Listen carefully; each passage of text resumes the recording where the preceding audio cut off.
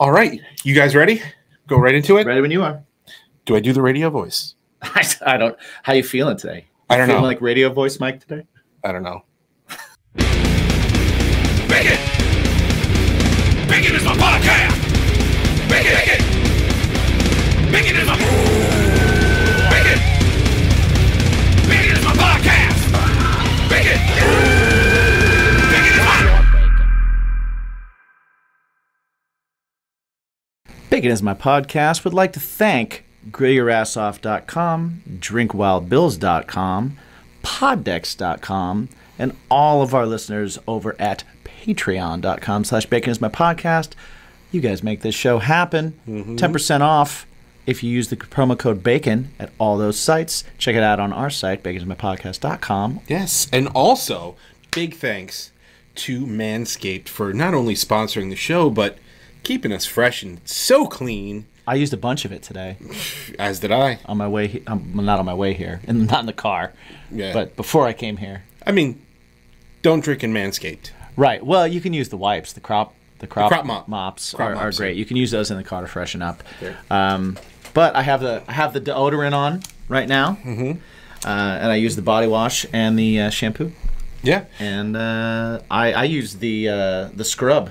The ball scrub. The ball scrub. I use You're that exfoliated. Today. I am the ball exfoliator. I knew you had like a little bit of an extra glow. Right? To you. Yeah. That's because my balls are exfoliated. Well then, by the way, if you go to manscaped.com, you use the promo code BACONPOD, you get 20% off your order and free shipping. Yeah. And free shipping. And it helps out the show. Right. It helps us out, and it helps you out. You get a deal.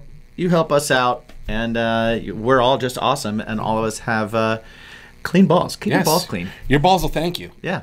They save balls. We save balls. Do we save balls because they save balls and we're working with them? And we're pushing to save the balls? We save balls. Yes. I'll allow it. Yeah. So what do we have on tap today? Jimsy? We have, well, before we get into that, how was your week? How was my week? Just trying to get into business all right away. Hey, listen, man. I know you got to pee, so I'm just trying to stretch this out. Oh, no, that's cool. That's cool. So my week is pretty good. I can officially say now that I put my notice into my job. Yes, you did. Congratulations. I can say I put my notice in. I gave them a lot of notice. I gave them a 3-month notice. That's too much notice. You know what? Yes, it is. It's a lot of notice. But they've noticed. They've noticed. So yes, I gave my notice to my job. I'm going to be starting a new venture. I'm really stoked about it. It's really cool. It is a really cool cause, and also I get to work from home. I'm going to get to be able to do more things, travel a bit more, and just kind of. I'm changing it up. I'm changing it up, and it's going to be really cool. And I brought my resume. That's awesome. I'll be handing it in. Yes. It's not a very good resume. It's okay. I mean, it's an okay resume. I'll give it to my people, and we'll see how it works. Well, I'm not going to hand it to you. I'm going to bring it back home, and then I'm going to have somebody else get it to your person. Right. Have your people. Yeah. Right. Yeah. Because it can't be that easy. No. Right. No. I don't know if you're qualified, but we'll see. We'll see when the resume comes in. I know that I definitely am not. I'm not going to judge a book by its cover. I don't even know if I'm qualified. The inside of this book has no pages, my friend. Yeah. It is all cover. Yeah. It is all cover. Sweet. And then one of those like covers on top of the covers, so that the cover doesn't get damaged. The cover. Right. Yeah. There's a cover because I don't want to damage the cover. Right. But inside, vapid. So that was my week. Nothing. That was my week. How about you? My week was pretty good. I played a release show for my other band, Crash Transit. We released our record Lightspeed. It's out now. You can check it out on Spotify and all the other things. And we had a good show. We did like a hometown show. It was very cool. So that was midweek. That was on Wednesday. It was like a Wednesday early show. But it was early. That's good. That's good that it's early. So So that went well. That was fun. That was super cool. We got to play on stage with a gentleman by the name of Law. Yeah. Who's on one of the songs? Yes, he is on the song Dark Night. He came up and did some rapping with us, and then he also played some guitar with us, played some guitar solo, and sang with us. Like, he multi-talented, amazing guy. I will be trying to get him on this. Oh, that's a good idea as well. Yes. I already spoke to him about it. We're working it. We're working it. My people are gonna reach out to his people. Reach out to his people. You're my people. Oh, okay. But yeah, so that's what I did, and it was a good week. It was definitely a good week. So that being said, can we get into business now? Absolutely. Or do you want to know more about how many shits did I take today? I don't, but I do want the people to know that there is an excellent There is a story. story. There's a poop story. Coming up in this episode. As told by our guest, and this is probably not the best way to intro our guest. Yeah. But she got a great poop story, everyone. Yeah. She is a musician. She is a dancer. She is a yoga instructor. She is a motivational speaker. She is an yoga instructor. Did we say that? Yeah, yoga instructor. She has done adult entertainment. She's a motorcycler. She's a dirt biker. She writes a semi-pro music. soccer player. Semi-pro soccer player. Man, girl does everything. She calls herself a multi-faceted health professional, musician, and artist. And she is. All of those things. All of those things. Felicity Feline, soon to be just Felicity. Felicity Fueled. Felicity Fueled online, if you want to check that out. Really cool conversation. Really cool girl. Super smart, super talented, super fun to talk to. Yeah. And just awesome. It's a little bit longer, and it's I think it's one of our better chats that we've had. Yeah, it was really cool, and we keep things light, Yeah. and like if you've listened to interviews with her in the past, they tend to go on the darker side and stuff like that in terms of like the bowels of the adult industry and shit like that. Right. But I was very upfront, and I was like, listen, we're gonna try and not do that, and she's just not dark. Enjoy, yeah, no, she is. And we're just blindingly like, you know light. what? We're gonna try and like just completely steer away from that. Let's talk about the things that you love, you enjoy, the things that you're having fun with. But she's got a really great story, and it's all a part of her story. So, and we did get into a little bit about it. So if you're listening and you're like, I want to hear about that, you will, and you'll hear about it. Yeah. But you're gonna hear about a lot of other things too, and you're gonna hear it from the perspective of a very centered and sure of herself and confident young lady. Indeed. So what do you say? Let's do it. Yeah, let's definitely do that. When? I don't know. Why don't you tell us now? Fuck. All right, guys, we're going to take a quick time out. We want to tell you all about our awesome sponsor, Manscaped. Manscaped.com. We've been telling you about them since the beginning of the year. We've been users for years. But now they've put out the new Ultra Premium Collection. And what the Ultra Premium Collection includes is a 2-in-1 shampoo conditioner, a body wash, a hydrating body spray, deodorant, and lip balm. And what you do is you go to the shopping cart. Yep. You put all your things in there. Yep. And when you're done, you use the promo code BACONPOD and you get 20% off and free shipping. I'm going to stop for 1 second, and I'm just going to let you guys know that I've actually been using this stuff for the last 2 weeks. I got my order 2 weeks ago, and I've been using it every day. And so I'm just going to give you a super fast review.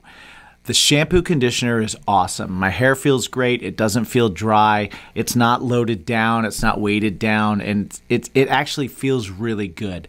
The body wash is awesome. It lathers up really great. I use a very little bit of it. I'm kind of like a sponge guy, so I'll put it on the sponge, loofah, or whatever you want to call it. And it's awesome. The surprise for me has been the body spray. Mm-hmm. It's really awesome. I never used anything like that before. I got it and I was like, what's this gonna do? I'll tell you what, as a person with tattoos, man, my arms feel dry every now and then. And sometimes for you that have tattoos, you understand that like when it gets dry, you start to feel like a raised up area for where your tattoo was. This actually, it smells great and it feels great and it keeps you hydrated. My hands, my arms, my tattoos, that's what I've really used it on. I haven't done the whole body or anything like that. I do use all the other products. I use the crop preserver. I use the foot spray at night. I don't use it during the day because it might leave your Reviver as feet well wet. for a midday spritz. Yeah, 100%. That is not included in this, but the wipes are key. you can all use this stuff. Oh, here we go. Here we go. We got the wipes too. Yep. You can use all this stuff, and you can get 20% off on all of these things.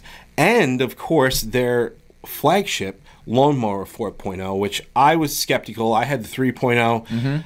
They gave us a 4.0. I was like, how much better could it be? It's better. It's way better. I've nicked my sack on the 0 3.0. times. And I've nicked my sack 0 times on the 4.0. Right. So go ahead, go to manscaped.com, use the promo code BACONPOD, get 20% off, get free shipping, and support a really awesome brand that we believe in, and support the show a little bit. It's really good, guys. I don't care. If it's not good, I'd tell you, because I don't care. Right. So It doesn't matter to me. But honestly, like, I'd use this stuff whether we had a discount or not. And I use our promo discount because that's what we have. So have the same discount that we do. Indeed. And go over to manscaped.com and use BaconPod as your discount. Okay.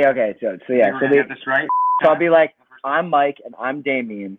Well, I like the consuming though. That's a good line. No, and we are Felicity, and you are consuming. Bacon is my podcast. And you are consuming. And you are consuming. That's a good adjective. Yeah, That's a good verb. Verb. All right, you got it? Do you want to practice again, or you got it? Let's try it. I'm Mike, And I'm Damien. and we are Felicity, and you are consuming. Bacon is my podcast. Should I go low or do I go excited? I'm Man, gonna just I don't do- you go with your Hello, everybody! Jesus. Sorry. Sorry, did I scare you? Maybe low and sultry, like deep and sultry. Like- Go for it. Hey. Yeah. What's up, everybody? Welcome to Bacon is My Podcast. And that was Mike being sexy. that was not being sexy. I've I've never approached my wife with that. I'm going to ask her. You can ask her. And you should You can- approach her with that. I should. All right. Well, we'll test it out. Welcome to Bacon's My Podcast. Today, we have a multifaceted entertainer, content creator, musician, health professional. We've got Felicity on today. What's going on, dude? Hey, not too much. How are you guys doing? We're doing good. Hanging out here in balmy Yeah, Long it's just- Island. it's so weird because you look at one side of your car, like out one window, and it's sunny, and then you look out the other side of the car, and it is foreboding. it's the apocalypse is upon us. Yes. And it's like awful. It's so weird. Very I hate it. temperamental. Yes. Yes. You're originally from out here. When was the last time you were around to enjoy this crappy weather? Yeah. I mean, I was there for Christmas, but what's it now? It's April. So yeah, I mean, a few months ago, but I go every few months. I mean, my whole family is pretty much there. So I like to visit as much as I can. You know, I don't think I could ever live there again, but it's definitely, you know, it has a special place in my heart. So I like to visit. Now, did you you grew up here? Did your whole family kind of stay close together here? Are you the only one that kind of ventured out, or did everybody kind of spread out? Yeah. My whole family's still there. I mean, I ventured out pretty much like 21, 22-ish when I was done with school. I went to Stony Brook, so I was there. And then my mom works there. Most of my family went there. And I've been the only one that moved out of state. My younger sister, though, she did move out to Palm Desert for a little bit, for a year with her fiance. So like that's been cool. I've had a little bit of family here, but they're going to be moving back. So yeah, I'm kind of the outlier, like just here. Nice. Yeah. What brought you to LA? Because I moved to New York from Indiana. I grew up in the Midwest, and so it was like, for me as a musician, I was like, oh, I'm either going to go to LA or I'm going to go to New York. And it was like picking one of those two places in my brain at the time. Flip a coin. I flipped a coin. My 20-year-old brain was like, I'm gonna flip a coin, and then that's what I did. So what brought you to LA? What was it? There was a lot of reasons. I mean, primarily, so during college, I was studying mainly like health and wellness, health science, and I would go to California during my semesters off just because I don't know what it was. I just always had a fascination with California. I was always curious about the weather and the vibe there. And so I started going there and I just really fell in love. I would buy a one-way ticket, you know, during winter break or summer break and just explore and network. And I didn't really know anyone out there, but I would use couchsurfing.com. I remember it. I remember it well. I did that too. Because I think, you know, I was broke as fuck and I would just travel and, you know, I met really great people and made friends. And I just told myself I was going to move there. Like I was going to move there as soon as I was able to. So, I mean, everything from, you know, the health and wellness scene to music. And then I, at the time, was also starting to dabble into like the adult industry. So there was also a lot more opportunities for that, you know, which kind of was like my money ticket to get there, like at that point in my life. So yeah, those are the main reasons.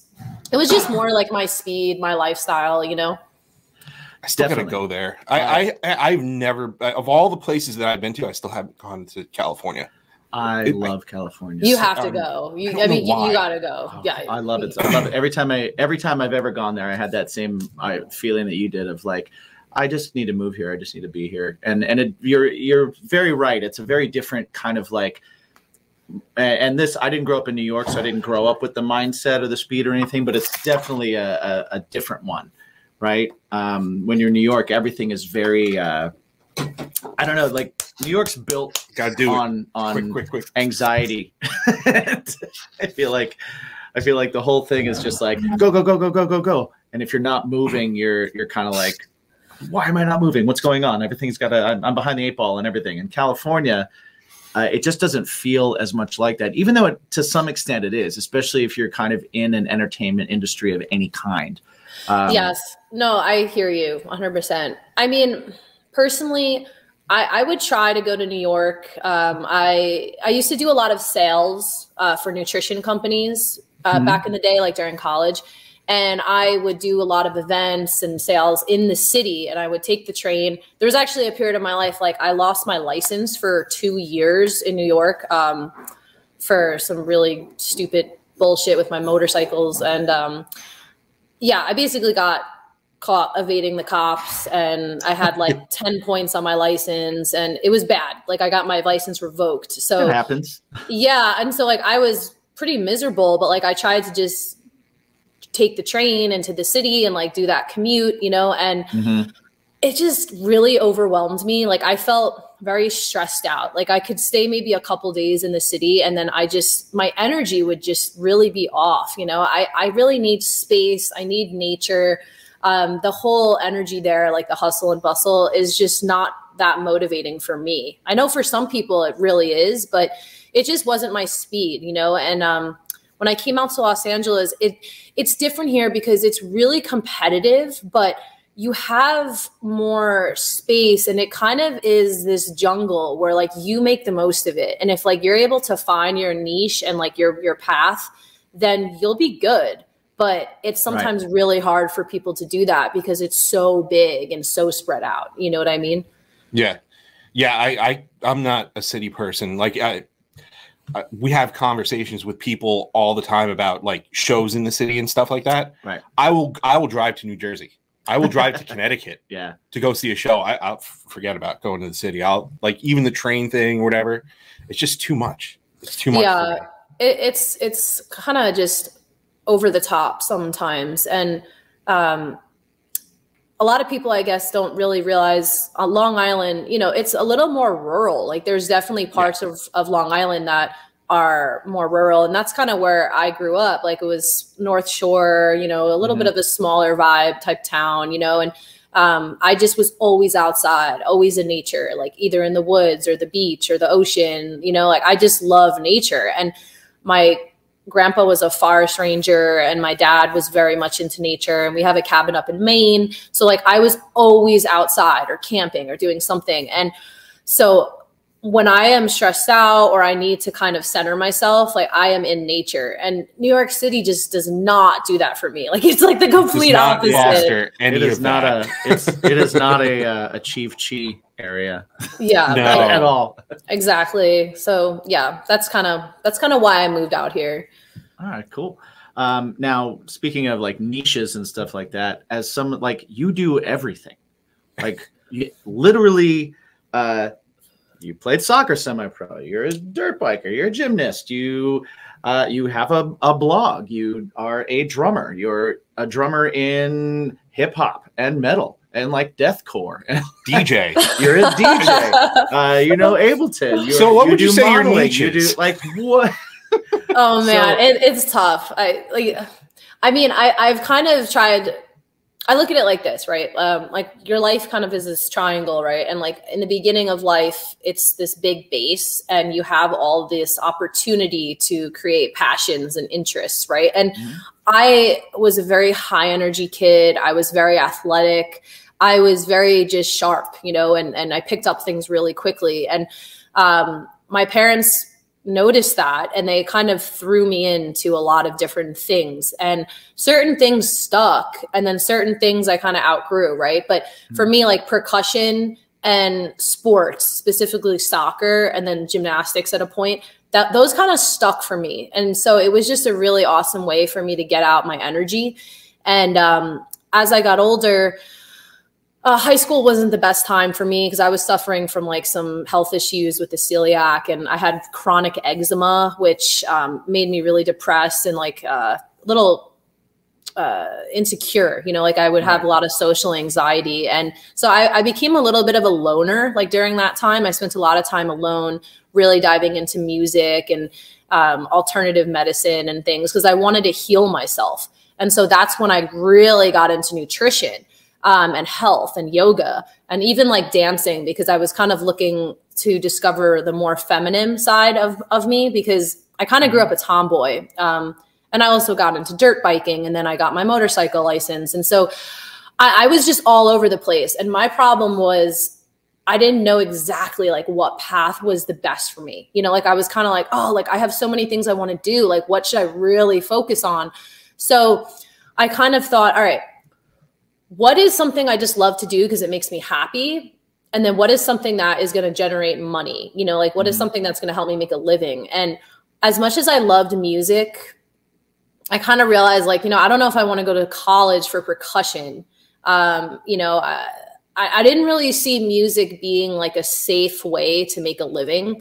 But I told myself, like, I'll play forever, you know? So I just played in bands and I jammed with people. I became a little less disciplined, like, throughout high school and college. I mean, I had a private instructor, like, almost my whole adult life up until the end of high school.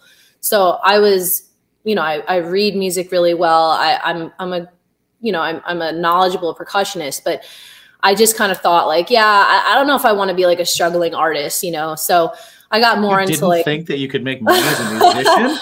Yeah, but then like incredible. So, I know, but then it's like sometimes I kick myself because I'm like, you know, if I had continued that discipline that I had in like middle school and the beginning of high school, I feel like I could be at a higher level drumming right now, and I could probably make a living, you know, with like YouTube and all that crap and social media. Like I feel like now I could be at like a much more professional level, but.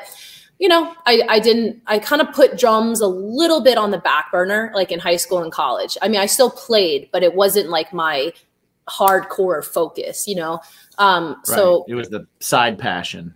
Yeah, exactly. And so I started becoming more interested in like health science and nutrition and wellness, and then yoga. And then around that time too, like I started really exploring my own sexuality, I guess, and just, feeling more feminine. And I don't know, a lot of women can probably relate to this, but like I was saying, I was kind of raised a tomboy, and I was extremely athletic. And I always viewed my body as more of like a tool. Like, you know, I was an athlete, like it was for a purpose. I never really cared about fashion or makeup or like anything like that.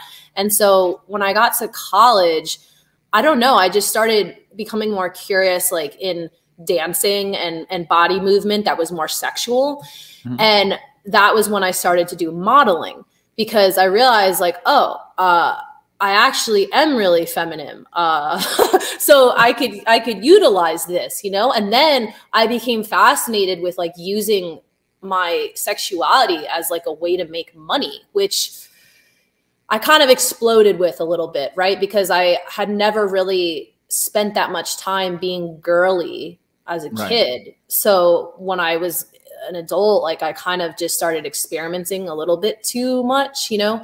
And I started dancing, you know, and doing webcam and doing nude modeling. And that really kind of took me down a bit of like a dangerous path. Like not dangerous because in the sense where like I wasn't putting my life in danger. Like I had a good head on my shoulders and everything, but I was starting to realize that, wow, like I could actually make a living like doing this type of stuff. And I started to lose focus a little bit, you know?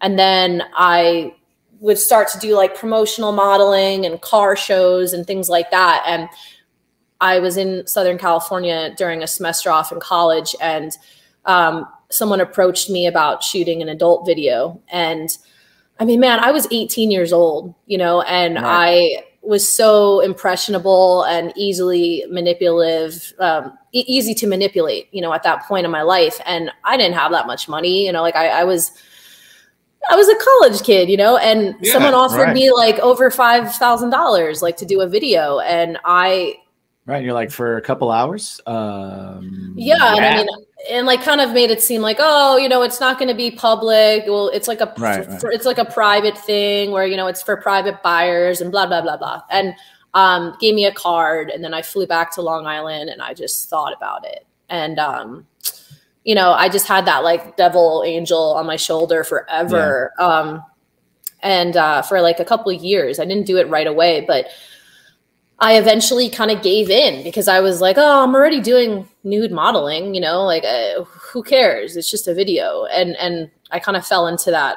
And I did it. And then once you kind of go down that path, it sticks to you. Like people start finding out. And you know how in Long Island and New York is, like people are in each other's business and people just tell you how it is. And man, like I got bullied and harassed and everyone found out. Like it was all over the internet, all over fucking Facebook and social media. And like, it was torture. It was torture, you know, but it's so crazy how people feel they have some kind of a right or a need to assault you with judgment.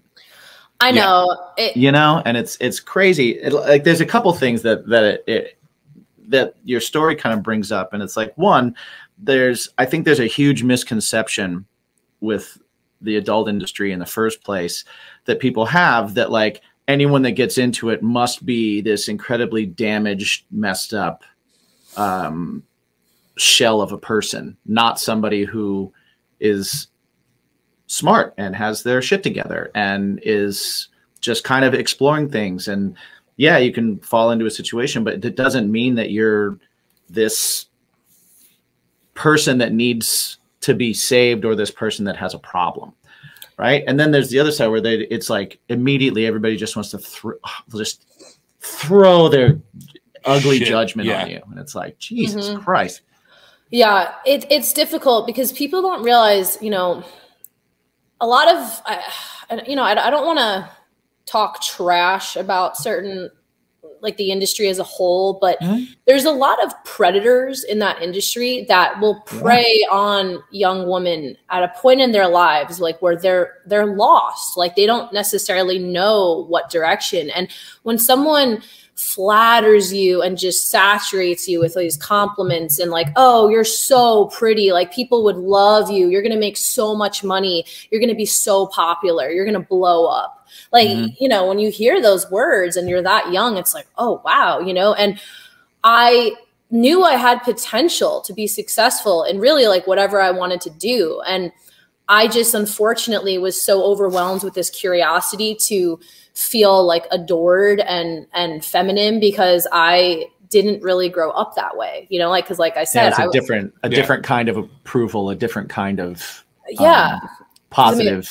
Exactly. reinforcement. Because I mean, I was, you know, I was a tomboy. I was an athlete. Like I was known for being a great soccer player and an awesome athlete. And like I was that girl that people wanted to have on their team, you know? And so I was used to that attention. And when I started getting that other type, it was like, oh, whoa, you know, I didn't necessarily handle it as, I guess, calmly as I should have. And I'm an impulsive person. Like I have a very fiery personality. And so sometimes I make decisions very quick, you know, and it's a good thing and it's a bad thing because it's definitely gotten me in trouble in my life. And I've definitely been a hothead throughout my life. I've cooled down a lot as I've gotten older, just from like implementing yoga and like knowing how to handle situations. But at that point in my life, like I was very I was impulsive and a little bit reckless, you know? So as most 18-year-olds are.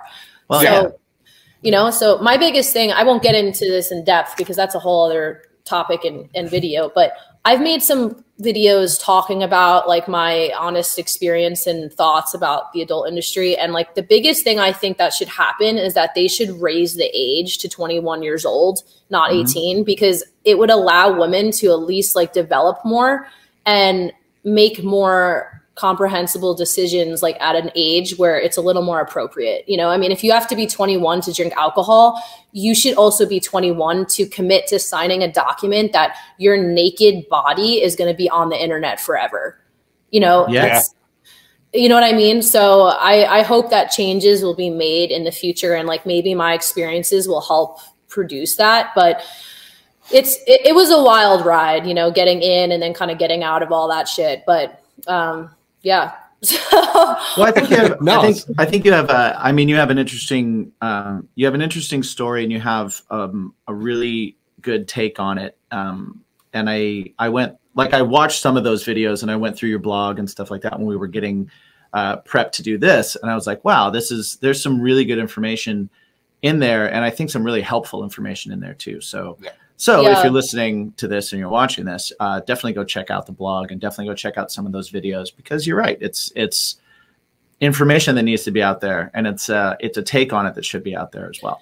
Yeah. And like, I'll just end that thought with this. I mean, I think the most important thing to realize is that women need to understand that there's so much more to life than being admired for your physical appearance. Like, you need to develop other aspects of your life, you know, because the physical realm only does so much, and, you know, beauty fades over time, and there's always, you know, younger other people coming in, and it's so competitive and so cutthroat. And like, you need to be secure in other areas of your life too. Like, you can't just you can't base your self-worth on what you look like.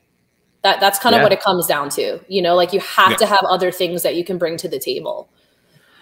I think when we were talking about a lot of the different content that you create in all the different genres that you're kind of in, one kind of that goes along with this, one kind of through line that I keep seeing in your stuff is there's this message of to be comfortable with yourself, to be mentally and physically healthy, know what makes you who you are, don't seek so much outside validation.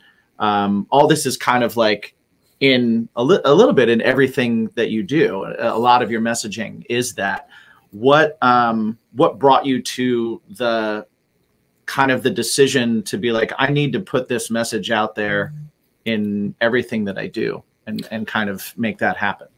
Yeah, well, I mean, I always sort of felt like my mission in life was to be an explorer and to explore different ways of living, different industries, to learn and to kind of document my experience internally and then share it to other people and help them, right? So I made a lot of decisions that some people would never make in life, like, you know, but at the same time, I got to a point where, you know, my curiosity, it caused me to have a thick skin. Like it over the years, I mean, even just doing sales, right? And like facing rejection and then you have to. Yeah. Like doing sales, being a musician, like putting yourself out there to be judged, You have to be able to face criticism and rejection, you know, and some people, like, they never develop enough of a thick skin to like fully embrace that. But I told you about, you know, the harassment and bullying I got at a young age because of the adult stuff, right? And that really changed my perspective on a lot, right? Because I really realized who my true friends were at that time, because a lot of people that I thought that were my friends or that I trusted talked shit about me, and, you know, publicly, like for me to see. And I just remember, you know, I handled it really well. As far as like, you know, I did get in a ton of a dark point in my life, but I handled it well because I kind of realized, I'm like, okay, I'm at this point, so I can either fall into this abyss of misery, or I can take all this negativity and turn it into positive fuel. And I'm too talented. I have too much to offer to the world to allow this to bring me down. And so at that point, that was like the pinnacle point for me. I was like 21, 22, and I finished school and just got the fuck out. And I went to Long Island. I mean, I left Long Island, went to Los Angeles, and just kind of started my life, like a new life. And I dropped like using my legal name. I went by Felicity, and I just kind of reinvented myself. Like, I didn't change who I was, but like I kind of just let go of any care about what people thought of me. And I was like, you know what? Fuck everyone else. Like, I'm going to focus on myself. I'm going to get my life together. I'm going to get my shit together, you know? And so I just put all my energy into finding stability and improving the quality of my life. And it allowed me to kind of open doors and get to where I wanted to be. I mean, I'm not completely there, right? Like every day I'm learning and improving, but I really like who I am as a person. And I'm very happy with my life at this point, you know, because I just kept going and I just do what I want to do, you know? That's awesome. That's awesome. Yeah, it had to be. I'm sure, like, you know, when you say like you kind of started your life. What kind of dog? I have a Yorkie. Hold on, let me show you him. Oh wait, you said that before, yeah. Hi. Oh, you can't really see him. Huh? Hey. Aww. We are a very dog friendly show. Yes. We've had many pets have made appearances on the show. Don't go away. We'll be back right after these messages. This episode of Bacon is My Podcast is brought to you by drinkwildbills.com and grillyourassoff.com. Use promo code BACON to get 10% off your entire order. Yeah. Grilling season is never over. And you always want to quench your thirst, and why not do it with some craft-made beverages by Wild Bills. The two work together pretty awesome. Yeah, agreed. So go ahead, hit them up, check it out. It helps them, which are awesome companies, and it helps us. It helps us, and it helps you. And it helps you to because you like live a more flavorful life. You like delicious things in your mouth. Indeed. So go do it now. Do it. Hey, what's up, everybody? WWE Hall of Famer, the Godfather here, and you've been consuming Bacon is My Podcast. Yeah, just I was gonna bring up, there's a line from your blog, one of your blogs that I really liked, and then we'll move on from the blogging and stuff. But you had one that's it was people with inner peace don't feel the desire to be bullies or trolls. And and being able to kind of look at it and go, okay, instead of looking at what people are giving you as an assault on you, looking at it and saying, you know, what how miserable they must be and how hurt they must be. And that's a tough thing to be able to do all the time. And I was saying, like, you moving out to LA, it was probably your chance to, like, not change who you were, but actually be who you were. Because you can't be who you are when people are, you know, in your ear all the time or in your face all the time with negativity and shit. So I think that's it's a pretty amazing outlook, and it's one that's got to be really, really difficult to keep all the time, especially being in industries like music, like entertainment, like content creating, where you're going to hear no more than you're going to hear yes. You know, so how do you keep positive? How do you keep that outlook? How do you, like, what's your, besides yoga, because that's obviously one, and that's and that is definitely helps everybody center, but what other things do you do to kind of, like, you know, shut your brain off or get yourself into a positive mindset, or you know, kind of reset yourself when you need to? Yeah, absolutely. Thank you, by the way. I appreciate that, the kind words. But yeah, I mean, there's several layers to that question. So, well, when you brought up the blog, I mean, one thing, I was a writer my whole life. I mean, there was points where I wanted to even do journalism, but you know, then I don't really like the news and media that much, so kind of went away from that. But I've always been into, like, documenting and writing and even photography and all that. But so I've always had journals my whole life. I mean, I have dozens of journals, like, just that I was always writing. And then, you know, when I started getting a laptop and writing, it became more like online. But writing's always been a great tool for me, you know, to let things out. And I really do believe that when you write things out, what you're feeling, you can help manifest things, because it's like the physical act of putting it out. Right. But then, like, during the time I was just talking about before I moved out to LA, I had a heavy dose of cynicism hit me, right? Because, like, when someone gets attacked and bullied, you really see the cynical side of humanity. And, you know, musicians get it all the time, artists, I mean, anyone that is creating or developing new things, right?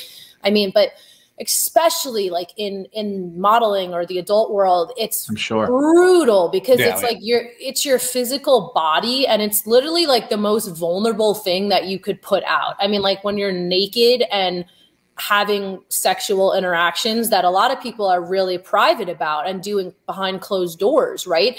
When you're just suddenly putting that out there for people to see, I mean, of course you're going to get judged, you know, and a lot of people that are so insecure with themselves, they're going to see, like, wow, she could do that. Like, she did that, you know, like, oh, what a slut. Or, you know, or some people are like, wow, like, she doesn't give a fuck, you know? I mean, there's different reactions people have. I think that's based on their level of security within themselves, right?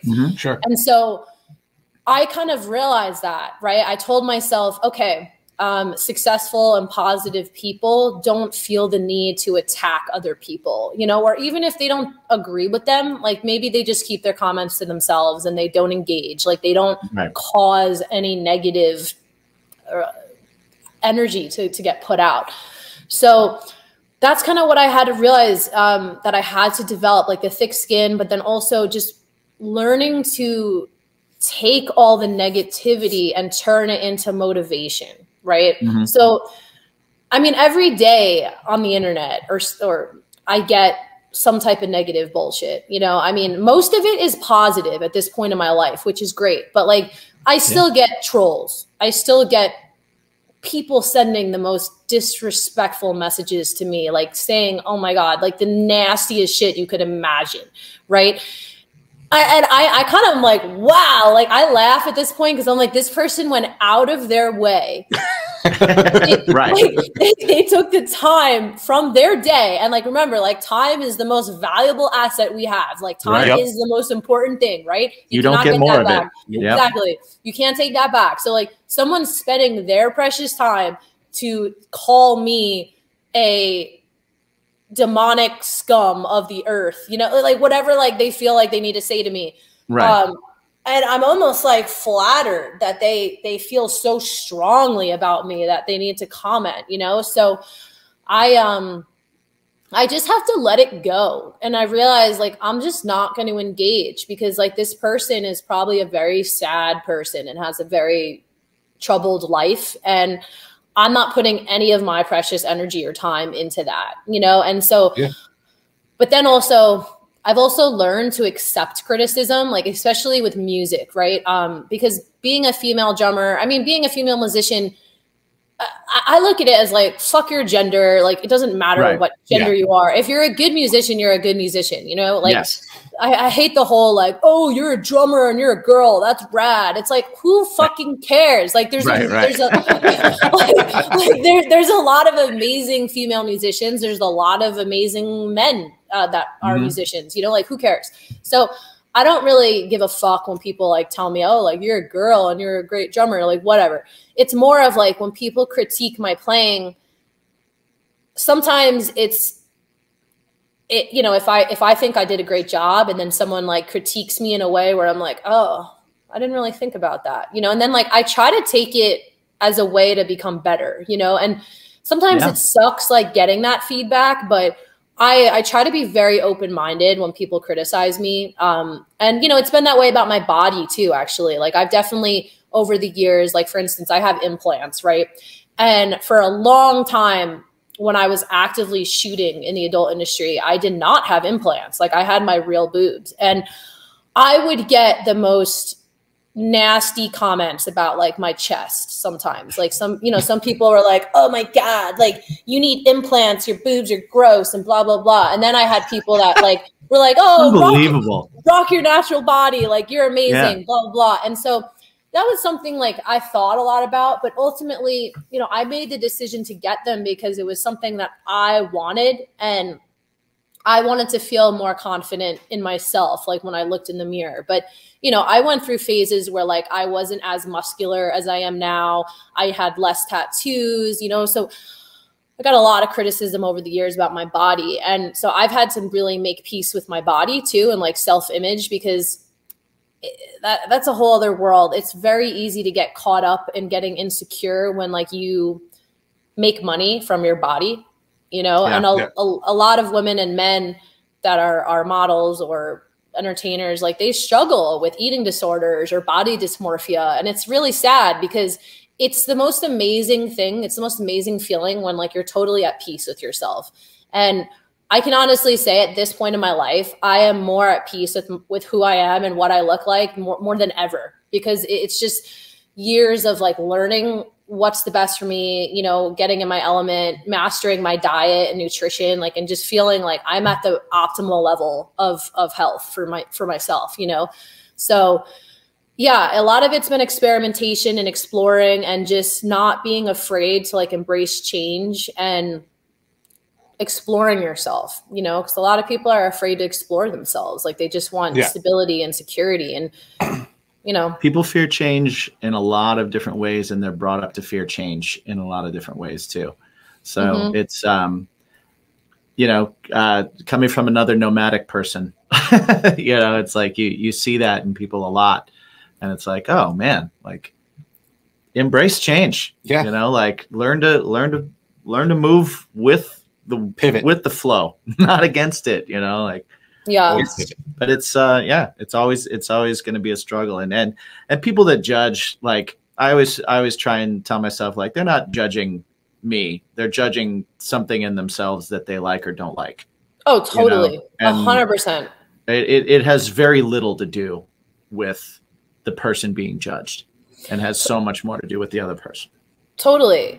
And I mean, you know, another thing I try to always tell myself, because like, don't get me wrong, I struggle sometimes with being cynical. Like I said, like, you know, there'll be days where we all have 100%. I'm a total dick a lot of time.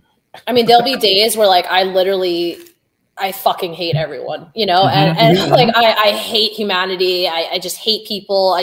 And then during those times, you were asking about how do I navigate with like negative energy. What are some of the things? Yeah.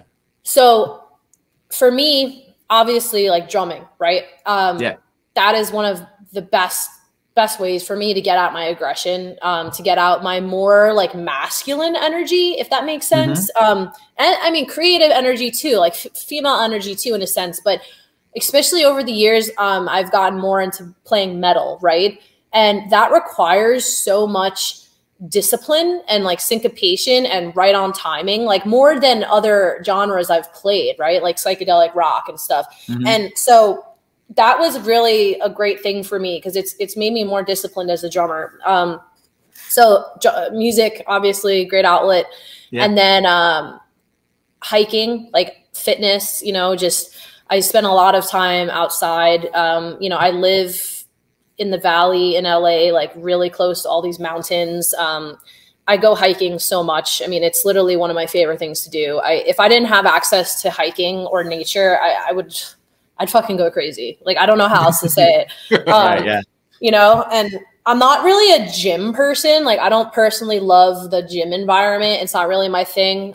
So hiking, doing yoga at home, stretching, just dancing, swimming, like all those are my favorite things. Like physical exercise is so important to me because I was an athlete my whole life and I'm a very naturally just fit person. Like I have a lot of muscle and I need to utilize my body in a physical way for me to like feel balanced. So it's fucking gnat.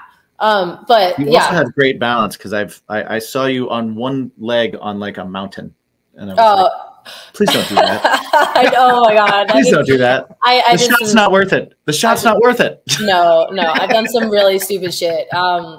You know, but as I've gotten older, I've become a lot more, not as reckless. Like I've become more, what's the term I like to use? It's more, oh my God, there's gnat, sorry. More calculated risk taking, right? So right. I don't like, cause even motorcycles, right? I mean, I've had my motorcycle license as long as I've had my driver's license, right? Mm-hmm. Like that endorsement. And I love riding so much. I mean, that was one of my favorite outlets for years, but I've lost a lot of friends from riding. I've had friends injure themselves that they're now debilitated right. like for the rest of their lives. And it's so sad, but especially living in LA, I mean, there's so much terrible driving, like, and everyone's on their phone, you know? And so it's, even if like you're an amazing rider, you're always at risk. And so I had to like, relax. You're at the mercy of everyone else. Yeah, I mean, my cortisol would rise so much every time, like, I'd put on my helmet and I'd start riding. And even, like, if I was going safe and slow and not doing anything crazy, I would still feel so nervous driving. I mean, riding around LA and especially, like, in the city aspects, like, down, you know. Yeah. So I kind of calmed down a lot with that. And I sold my Aprilia Tuono last year before I moved into my new house. And I'm debating about, like, getting an enduro, like something I can just do off-road, right. Because if I injured myself doing that, like I would be so fucked. You know what I mean? Like, it's like, you know what I mean? It's almost like not worth the risk. And like, I've gone down before on my bikes. Like it's fucking terrifying. And like, knock on wood, I've never gotten seriously hurt. Like I've skinned like the skin off both of my legs before. Oof. I mean, like disgusting shit, but like never to the point where like, you know, I was immobile or something. Yeah, I mean, knock on wood, but I mean, I was gonna say, yeah. So I mean, now it's like I have some friends that work at tracks out here, and you know, I like to do off-roading stuff like dirt biking now. You know, just kind of I've chilled out with that a lot, but that was a really big outlet for me for a long time. Yeah, so I mean, I'd say like those are my primary outlets, and then I love listening to podcasts and just learning and reading and. You know, I'm just a sponge. Like I love to absorb and learn information, mainly health people. Like I'm really into just listening to nutrition podcasts, but yeah. So, I mean, those are pretty much like my main outlets, you know, and then dancing too. Like I love dancing and exploring like more of my feminine side. It's a great way to just be connected with my body, you know? That's awesome. That's awesome. You so you mentioned that you were in like a lot of different genre bands. You were in like psychedelic rock and that kind of stuff, but now you're in a band called Constraint of Light. Yeah, Constraints of Light, yeah. And you just dropped a new EP, right? Yeah. So I mean, my bandmate Steven, him and I are like best friends. I mean, he's one of my closest friends, which is great because it's just the two of us. It's a 2-piece band. And before I started to play with him, I was in more of like a sludge metal band.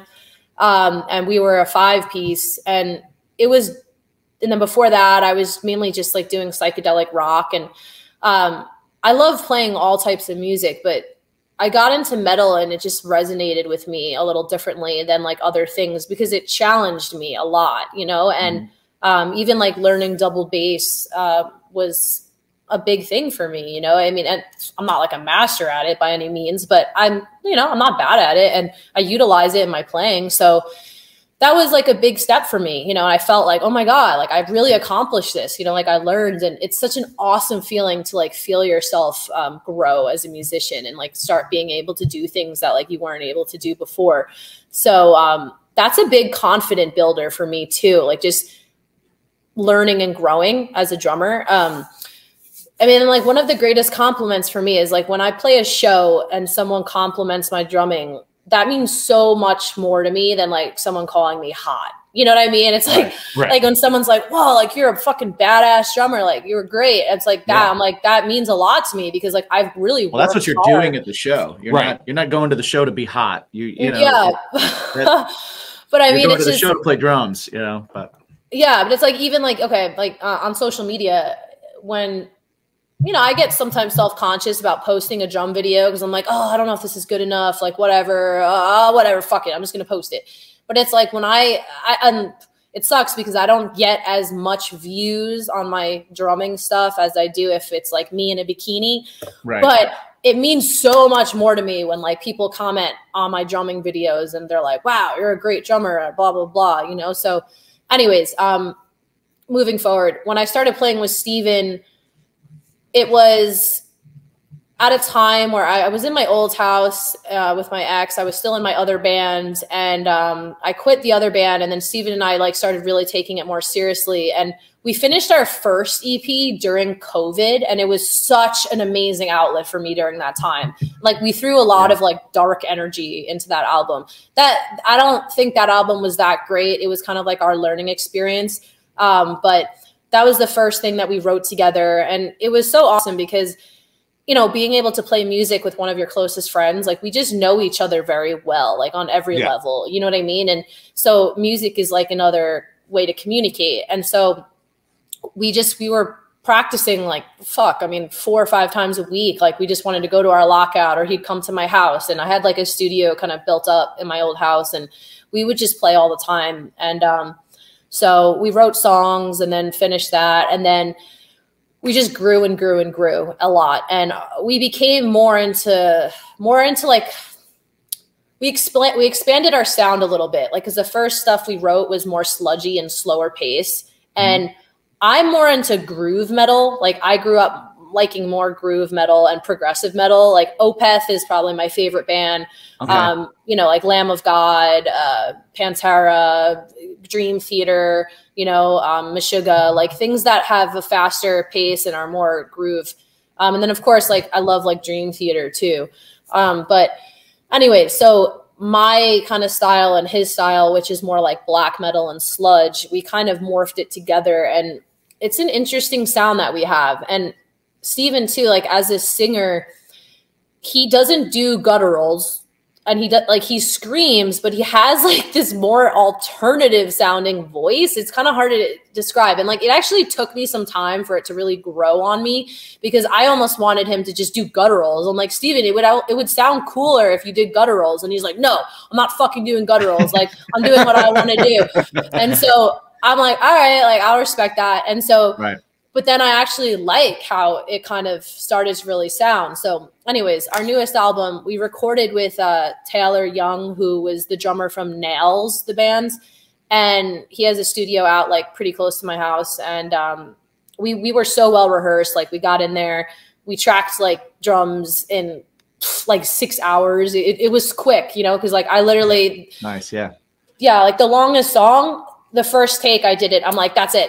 I want this. Like, it was perfect. Like, I'm like, I'm not going to do it better. Like, I'm doing this, you know? And so we went through it really fast, and Taylor's amazing. I mean, I recommend him so much. Like the Pit Recording Studio is his studio, but right before us, he was recording Suicide Silence, and he has like a wide range of metal sound experience that, you know, he can do. So he liked our stuff. I think he made it sound awesome. So I'm pretty stoked about it, you know, but it was a lot of work too. Like we worked hard on that, even though it's just an EP, but so that happened. And I'm still trying to do another band. I was in this like kind of psych rock band that I liked, but we had a falling out. And so I'd like to join maybe like another psychedelic kind of proggy band. Okay. But yeah, I mean, as of now, that's kind of the main focus that I'm doing with drums. That's awesome. And now, like, now I've listened to it, and you guys are like, it's a legit 2-piece. It's like White Stripes 2-piece. It doesn't sound like White Stripes at all. Believe me. But I'm saying it's like a legit 2-piece. It's a drummer, Right. What and a you're guitar hearing player. is what two people have created. And Yeah. As opposed to like to my band, which is a 2-piece, Right. but has all the other But instruments. sounds like But you need a whole band to go do it. right, I need a whole band to go do it. But like, how do you like writing music and stuff like that? How do you feel about writing with just one other person as opposed to another 4 people or another 3 people or whatever it is? Do you find that to be way easier, and do you enjoy it more, or is it not as cool because you don't have as many ideas coming from different directions?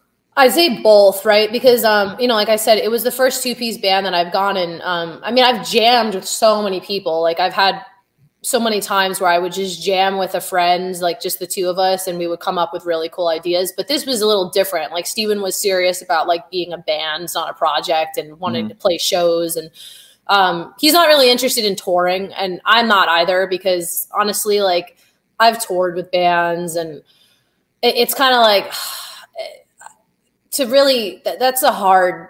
It's a grind. It's such a grind. Yeah, you know, I mean, like. And he has a full-time job that he has a really good job. And so he kind of said like, look, we can play some festivals if we ever had the opportunity and shows, but he's like, I'm not looking to do month tours or try to make a living from this. Like, I just want to write music and have fun. So I'm like, yeah, cool. Like I'm kind of on the same route, you know? I mean, if a bigger band picked me up one day and like, actually I was making like decent money, that's another story. You know what I mean? Tour.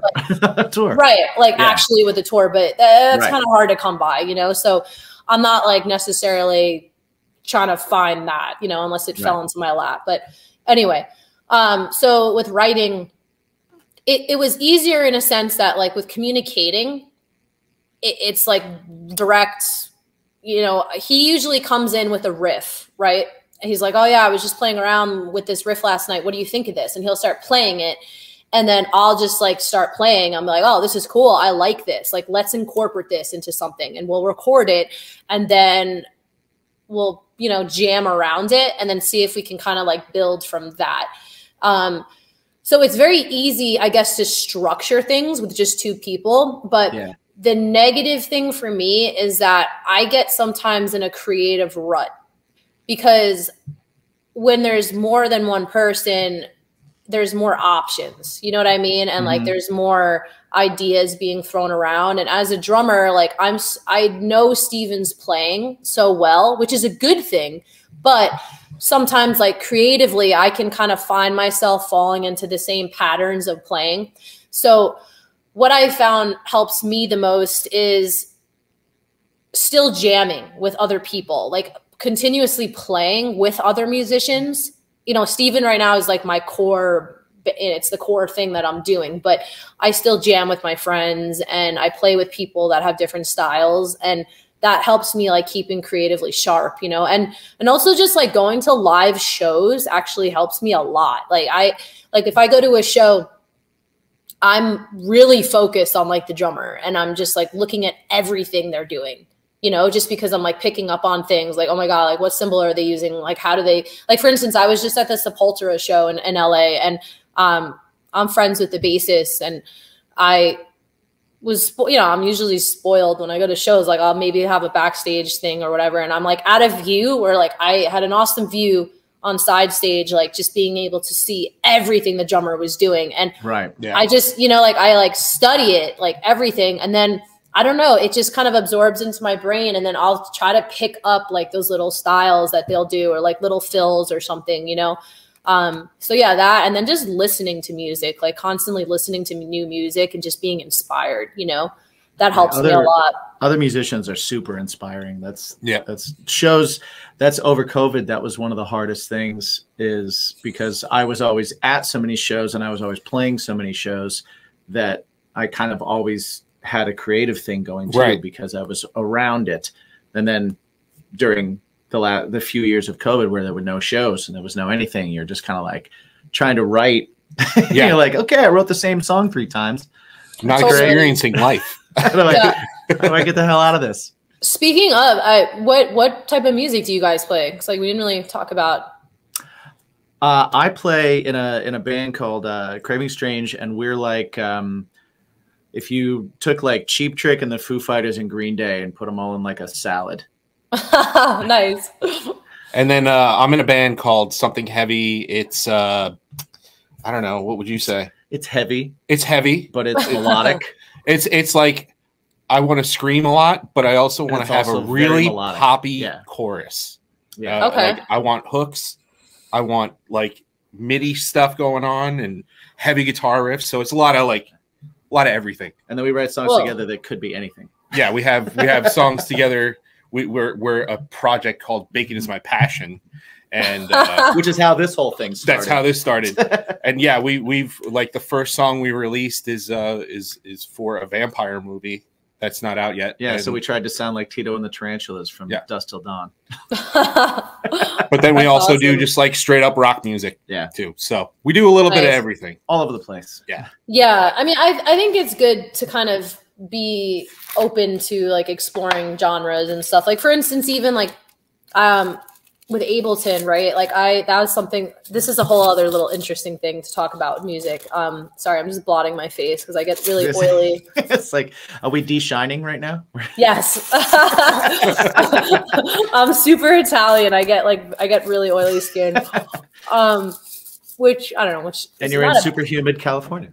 Yeah, exactly. But so Ableton, right? Like electronic music. Yeah. Around the same time, like I started getting into dancing, I was starting to get more into electronic music, and I'm really picky with electronic music. Like I like more like psy bass, like psychedelic bass, like things that Yeah. actually I feel benefit your brain. Like I don't know, a lot of just crappy house music and EDM. Oh, like I can't stand it, But Right. but so I have like specific kind of taste. Like I don't mind like dark techno and stuff like that. But anyways, so around that time, one of my close friends, he wanted to start making electronic music, and he's like, "You want to learn Ableton? Like if I buy it, like we can teach each other and learn." And I'm like, "Yeah, let's do it." So we both downloaded the program, and I bought a new laptop, and like I was just getting to know the program. And the first project that I did, I took the audio from my pornos and like just sample sounds of friends and whatever. Right. I just took a ton of cool ass samples, and then I built songs around them. Like I used that as like the base structure of the song. And Okay. I made kind of like this like dark porn type music, like for my first album thing that I put out. And it's like kind of creepy and fucked up, to be honest. But like it really helped me learn how to make songs, And then from there, I just kind of experimented and continued. But I wouldn't consider myself like a pro by any means, Like I have fun, and it's just a fun outlet for me to like utilize my brain in a different way. Yeah. But, and I thought about like getting more serious about producing and things, but that's like a whole commitment, and Because you don't do enough 'Cause, already. Yeah, you got all this time. Yeah, and I mean, stuff you're doing. exactly. And it's just also like, it's a lot of time, like dedicating yourself on the computer. And Yeah. I have like such a love-hate relationship with technology. Like, if I spend Well, too if you're much time, if you're an outdoor person, it's rough. yeah, exactly. So like I just kind of said, I don't know if like I really want to delve that deep into this. Like I'll just keep this as like a fun hobby, but yeah, but I mean I put a few albums out on like iTunes and shit, that just experimental stuff. But the same thing with like DJing that happened. I wanted to learn how to DJ, and so I bought myself a Pioneer controller. Like I didn't buy CDJs because I wasn't sure if I really wanted the commitment yet, you know, but the controller I have is literally like a CDJ. It's like almost identical except for like a few little things. So I taught myself with that, and I don't know, I would play like house parties and like some small things, but I just kind of fell into like the same mindset, like with making electronic music. I was like, I don't know if this is my calling. You know what I mean? Like, I don't know if this is something I want to really dedicate that much time to. Like, and I also felt kind of like a sellout because, I mean, I shouldn't say that because there's a lot of like awesome DJs, right? But like, to me, I just felt like a monkey pushing buttons. Like, I didn't feel like that in love with it, you know, like like how I do it behind a drum kit, you know, like I feel like when I'm drumming, it's like such a more physical, involved thing. Yeah, it's you're making music, but it's a different way of making music. Yeah, you know what I mean? Like it's. I guess maybe the way I could probably describe it is if you're an artist, and on one hand you're drawing and painting and doing things with your hands, and on the other hand you're putting together stock photos into something. Yeah, you know what I mean? Like you're creating something new with stuff that already exists versus you're creating something from zero with nothing. No, exactly. And I mean, you know, I definitely think that DJing is a very creative art form, and it totally requires skill to do it, you know, but it's just a different type of skill, you know, that isn't always looked at as like the most genuine thing, you know? Sorry, I just got to plug my computer in. It just said it was low battery, so I'll just bear with me for a second. That is all right. We're gonna wrap up. That's start too soon anyway. Just so you're destroying your battery, taking up a lot of your day. Oh yeah, no. I mean Sunday. I really enjoy podcasts and meeting and talking to people. You know, so cool. I always try to allot a bunch of time because I can talk a lot too. So us too. We go on many tangents. Actually, speaking of that, I'm going to use this as a quick transition. Yes, because you do better transitions than I do. Well, because not everybody can just come up with stuff to say all the time, and we actually have a sponsor that is in the business of helping people come up with stuff to say. So we're going to take this moment to do our sponsor push. Yeah. So we are sponsored by a company called Poddex. What Poddex is like he said, it's for people who don't have a lot of things to say. We happen to have verbal diarrhea. Maybe they can't think of the things they want to say. But this is for those people who don't. Yes. And so what they are different decks with 50 cards in each deck. Each card has a different question or suggestion. And what we like to have our guests do is pick from one of the decks and then pick a card from one of the decks and then answer. And you're going to get a random question. Yes. You're going to get a random question. So the decks you can choose from are Interview Deck 2, Episode Deck. We've got the Would You Rather deck. We've got the What the Heck deck. We also have the brand new What the Fuck deck, which is branded like MTV. It's pretty cool. Old school MTV branding. And then also my favorite. Your favorite. Say it. How dare you? If you pick it, you have to say it like that. Yeah. Which is like a cool little popcorn box. It's fun. So you go ahead, Felicity, and you let me know which one of these decks you want to choose from, and Jim will take the rest. Yeah. Ooh, this is fun. Maybe I'll try the What the Fuck. All right. Okay. What the Fuck deck. So Mike is going to shuffle because I cannot. But while he is shuffling, I am just going to let everybody that's listening know that you can go to poddex.com to check out these decks. They have new ones all the time. There's a pretty sweet app that we've actually used when we've had to do some remote interviews that you can just do on the phone. I've actually brought these to work at the bar I work at, handed them out to people that look like maybe they could use a little help with conversating. They have cool merch there. They got some swag. Grab some stuff from Poddex. Use the promo code BACON. Because everything is better with bacon. And you can get 10% off your entire order. And it also helps the show stay free. Yeah. and do cool things. And keep doing cool things. So what I'm going to do is I'm going to fan these out. And I'm going to take the fingy and I'm going to start from my left to my right, your right to your left. You tell me when to stop. Stop. And we've got a random question for you. Okay. Where is the strangest place that you've either peed or pooped? Ooh. Okay. That's funny. The weirdest place I have ever did both was was parasailing. In Hold Florida. on, I'm taking that all in. Parasailing. Okay, that sounds terrifying for somebody. So, well, yeah, it's parasailing. I think that's called when you're in the air and a boat's pulling you. Right. Yeah. Yeah. So my little sister and I, she's around the same age as me, but we were both hooked up there and flying, and we were both laughing because we're like, we both had to shit, and we just went. We just pulled our bathing suit and just let it go. So all of the people on the beach. I mean, we were far out. We were far These out. These gulls are huge.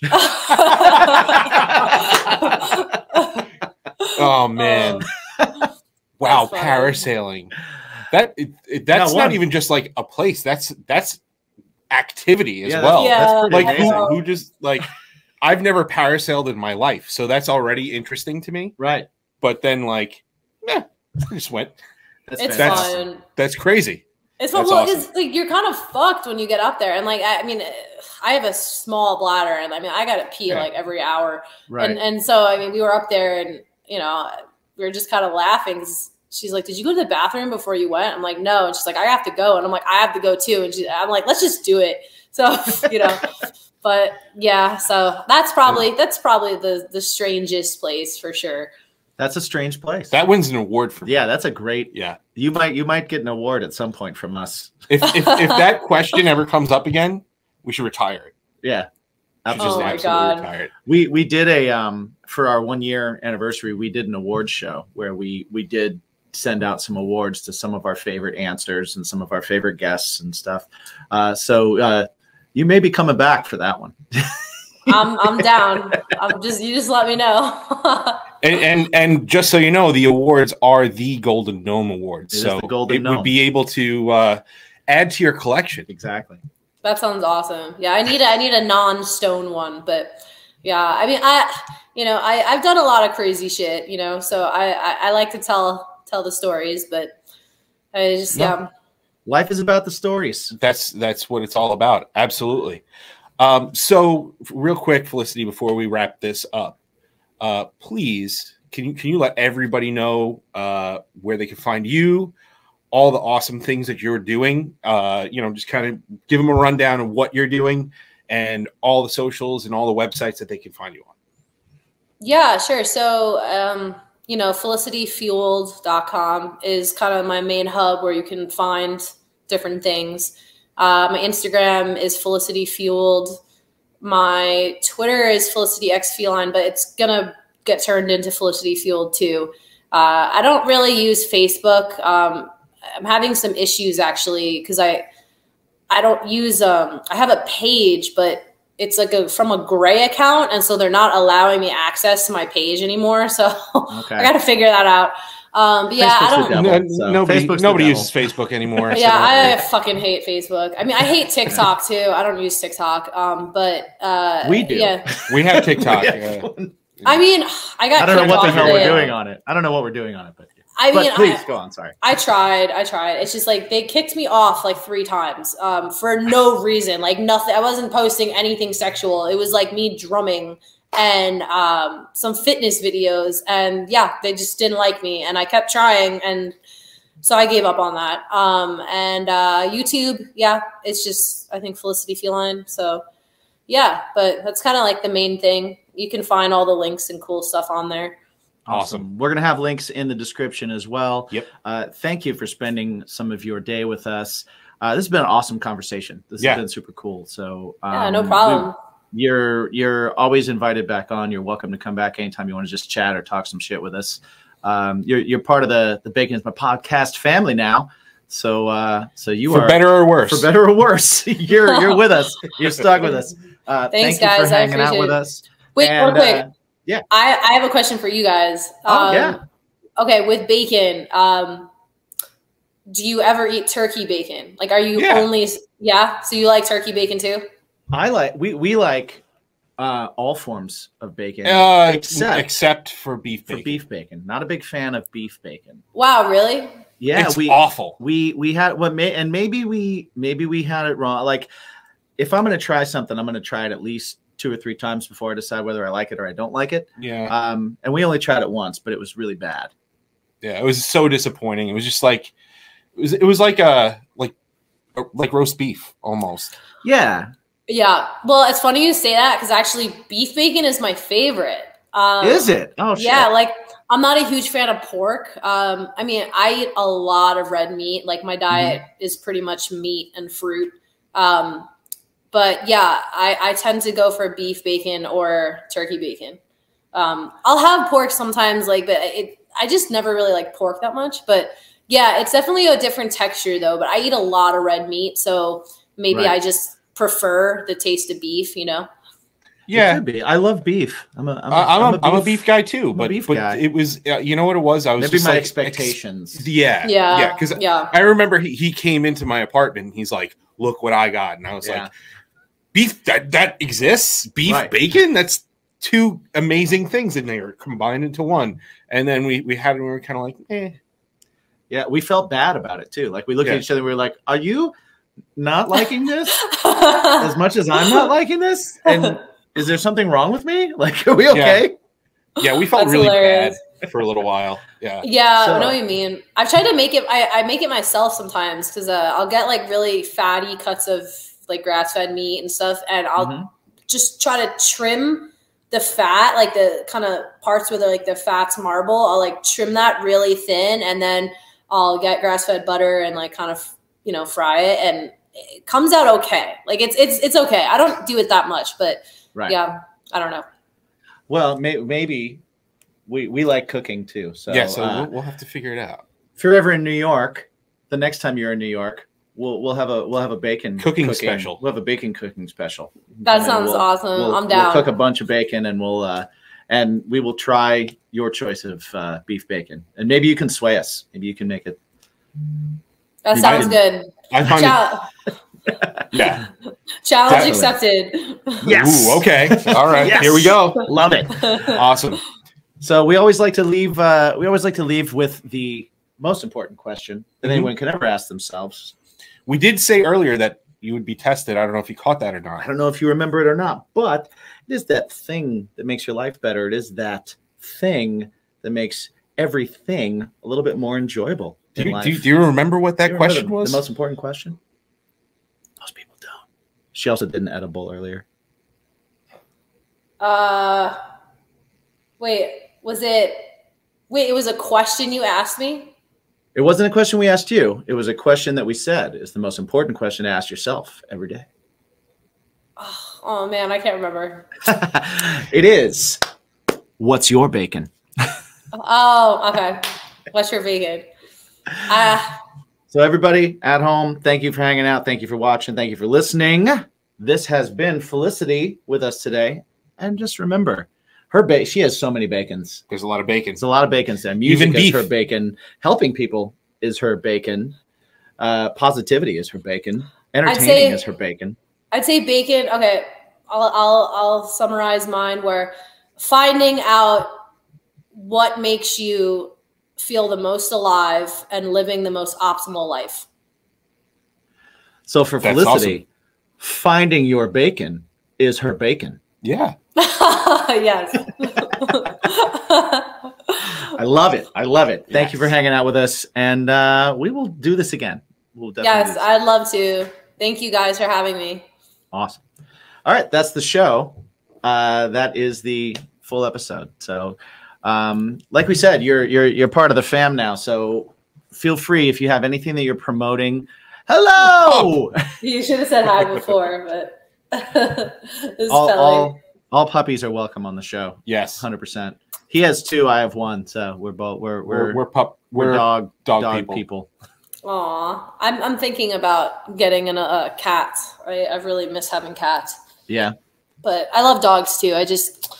It's so easy to travel with just him, you know. Yeah. That's For fair. sure. Yeah. We'll take ours. My girlfriend actually sings for a all girl punk rock band that goes on tour and stuff Okay. like that. So Nice. they'll take Bruce every now and then. Yeah. Aw. My dog's name is Bruce Wayne. That's hilarious. He's a little French bulldog Boston Terrier mix. So And he looks two directions at once. he does. His eyes are this. Oh my God. Does he have a lazy eye? He's got two lazy eyes. Like in there. in the Adam Sandler movie Waterboy. Yes. Oh, yeah, Yes, yeah. Absolutely. Just like that. Yeah. Just like that. Steve Buscemi. Steve Buscemi. Steve He's got Buscemi. Steve Buscemi eyes. If they ever met, we'd all go back in time if they looked at each other. Oh my God. That's hilarious. Hey, before we let you go, would you mind doing a bumper for us real quick? Bumper? What do you mean? Yeah. So we'll pop out a frame so it's just you, and then just say, hey, this is Felicity. You can find me, and say where they can find you or what you're doing, and just say, and you've been consuming bacon as my podcast. And it's just something we can throw in other episodes too to, again, just keep promoting you. And Oh yeah, sure. No problem. All right. awesome. So whatever you want to say, however you want to promote it, and then just you've been consuming bacon as my podcast. Oh, I'm gonna just do it over here again. The lighting's better. Okay. You let us know when you're ready, and then we'll pop We'll out a pop frame. out his frame. Okay. All right. Should I just go whenever? Yep, whenever you're ready. Yeah, whenever you're ready. Okay. Hi, I'm Felicity. You can reach me at felicityfueled.com. You've been consuming Bacon is My podcast. Have a great day. Perfect. Awesome. Cool. Thank you Cool. so much. And like we said, it was then. How was the interview? I don't know. I was there. It was awesome. It was good. Yeah, It was good. It was good. See, we told you there was a fun poop story. Yeah. Yeah. We made you wait till the end for it, but Well, we did tell you there. I mean, so we probably could have gone longer, but I was like, what tops this? We definitely could have gone longer. What tops this? Yeah. Yeah. And that's how you make a finish. That's how you finish your game. That's how three people that will not stop talking about the things that they like find an ending. Yep. They grab a Poddex question about pooping. Mm-hmm. And the end. Yeah. So definitely check her stuff out. Yeah. Really cool. Jim, where can they check your stuff out? Well, speaking of poop, you can find my shit at cravingstrange.net, where you can find my band, Craving Strange, and all the poop shit that we do. Yeah. Yeah. We have new music out. It could be any one of a couple of things at this point. So I'm not going to tell you what it is because it might be Something else? something else. Who knows? But cravingstrange.net will give you all those things. You can listen to us on all the streaming stuff. You can find me on all the socials, Jimmy G Shoes. Like I said at the beginning of the show, my band Crash Transit has just put out a record. You can find that on Spotify and all other streaming services. Or go to crashtransit.com and you can get yourself a copy. And check that out, too. I'm pretty proud of it. As you should be. I'm excited to... it was really fun to do. And it was a cool thing to do. Yeah. So where can they find your shit? Well, before we completely get off the topic of you, Yeah. you and I do some music together. That's true. It's called Bacon is My Passion. Indeed. You can check it out on all streaming platforms. We've got some fun. We even talked about it in the episode. We got everything from, Tito and the Tarantulas to, a heavy rock song. Yeah. We throw everything out there. We definitely do. We're not contained to a box, man. Me personally, you can find me at Me My Own Self Mike on all the socials. You can catch my band, Something Heavy. We definitely have something new out. I don't know what it is at this moment, but by the time this airs, we're going to be pushing something, and you're going to hear about it. And go. You just damn go. right. At Something Heavy Music on all social media platforms. Check us out on Spotify and Apple Music and Deezer and Tidal and all of the obscure ones that are out there. And if your brain is just swimming trying to remember all of these different sites to try and find us and our stuff, you can really just go to baconismypodcast.com. Yes. And find all those things. It's centralized. It's all right there. It's all there, as well as find out links to about the all of our sponsors. The Patreon. Yeah. You know, everything. A blog. A blog. We've got a blog. We're launching it now. Yeah. We've got a blog where we talk about things and stuff. Things and stuff and stuff and things. Indeed. So yeah, a lot of stuff. Please make sure you keep giving us those 5-star reviews. Yes. No matter where you listen to us, it helps us in so many ways. The algorithm. Fuck the algorithm. It's the worst. It's so bad. It really is bad. Help us out. Give us a 5-star review. It really, that little thing really helps the show in ways you would never imagine. Easy for me to say. Stay in the conversation and find the things that are easy for you to say by using the hashtag Bacon is my podcast, or Bacon is my pod. Most importantly, hashtag What's Your Bacon, because it is the most important question that you could ask yourself every single day, that you should ask yourself every single day. Thank you for listening, and ask yourself, what's your bacon? What's your bacon?